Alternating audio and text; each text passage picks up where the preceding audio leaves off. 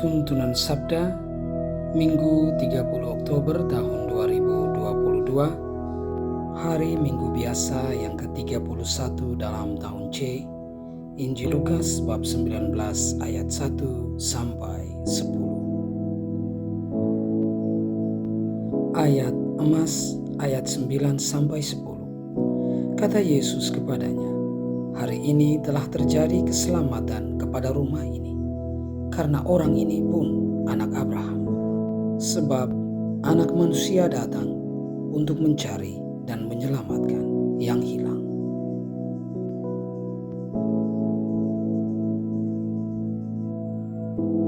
Bapa, Ibu, saudara dan saudariku yang terkasih dalam Kristus, bacaan-bacaan pada hari Minggu biasa yang ke-31 dalam tahun C ini menunjukkan kepada kita bahwa Tuhan selalu menjaga dan memelihara umat kepunyaannya.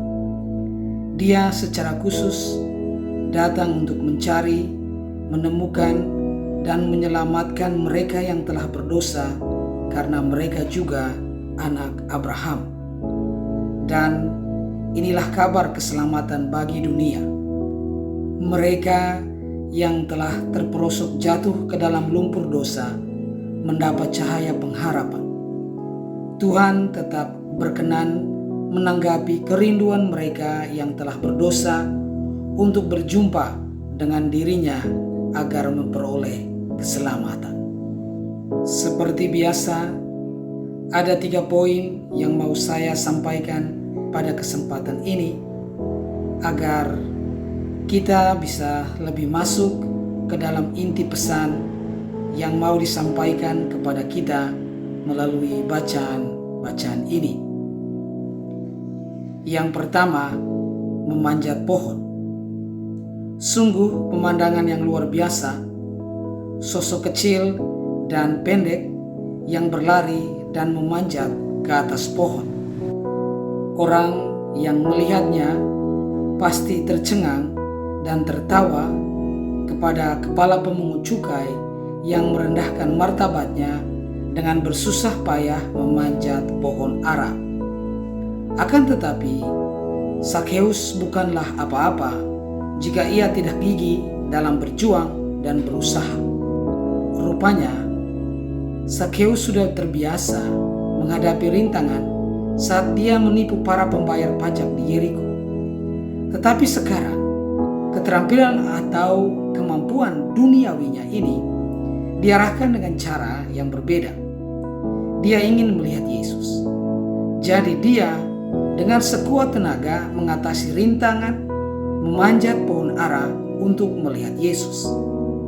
Seperti Zakheus, kita juga hendaknya bertekun dalam mengejar tujuan atau hidup rohani kita seperti yang kita lakukan untuk mencapai tujuan duniawi kita. Ketika kita menginginkan sesuatu, kita hendaknya berusaha dan memastikan bahwa kita melewati rintangan yang menghalangi keinginan atau tujuan kita itu. Ketika kita menghadapi tantangan di dalam kehidupan doa kita menjadi malas dan mulai merubah waktu berdoa dan kebiasaan doa kita, maka mari kita tanamkan di dalam hati untuk rindu melihat Yesus.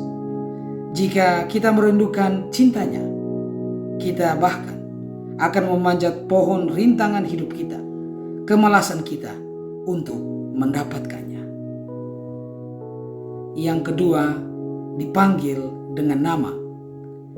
Ketika orang-orang melihat Zakheus di pohon, mereka melihat musuh yang dibenci, orang yang cocok untuk ditertawakan dan dicemooh. Namun ketika Yesus melihat Zakheus di pohon, dia melihat jiwa yang mengandung potensi untuk pertobatan. Jiwa yang siap dipanggil dengan cinta dan yang siap memberi dengan cinta. Kemampuan Yesus untuk membaca hati manusia memungkinkan dia untuk melihat keseluruhan gambaran diri Zakheus. Karena uang, Zakheus telah melakukan kejahatan, tetapi ada keterbukaan di hatinya hati itulah yang akan menjadi tanah yang baik untuk benih pertobatan. Yesus akhirnya meminta untuk menumpang dan makan malam di rumah Zakheus. Dan Zakheus tidak pernah membayangkan bahwa hal itu akan terjadi. Di sini kita melihat bahwa Tuhan tidak mempermalukan Zakheus. Zakheus itu seperti jiwa istimewa dari murid terdekat Yesus. Yesus memanggilnya dengan nama. Dan saya mau katakan, Yesus memanggil kita juga dengan nama masing-masing. Kita ini istimewa di matanya. Bukalah hati baginya agar benih pertobatan bisa tumbuh di hati kita. Walaupun kita memiliki dosa yang besar, akan tetapi kasih-Nya lebih besar bagi kita. Sama seperti Zakheus, Yesus memperlakukan kita masing-masing secara istimewa agar kita tetap berada di dalam jalan keselamatan Allah. Yang ketiga, kualitas atau kemampuan Yesus. Orang-orang mulai menggerutu tentang Yesus, bagaimana Dia bisa menghabiskan waktu bersama dengan orang berdosa seperti Zakheus. Kualitas dan kemampuan Yesus sedang diuji. Namun, tanggapan Zakheus adalah bukti kepada orang lain bahwa jalan kebenaran yang diwartakan Yesus adalah benar dan nyata. Ada kuasa yang menggerakkan hati Zakheus untuk menerima kebenaran yang dibawa oleh Yesus. Yesus juga menyembuhkan orang kusta, membuat orang lumpuh berjalan, dan bahkan membangkitkan orang mati. Tetapi, pertobatan dramatis dari para pendosa besar merupakan mujizat Yesus yang paling menakjubkan. Lebih sulit untuk tidak percaya kepada Yesus kalau di hadapan bukti seperti itu.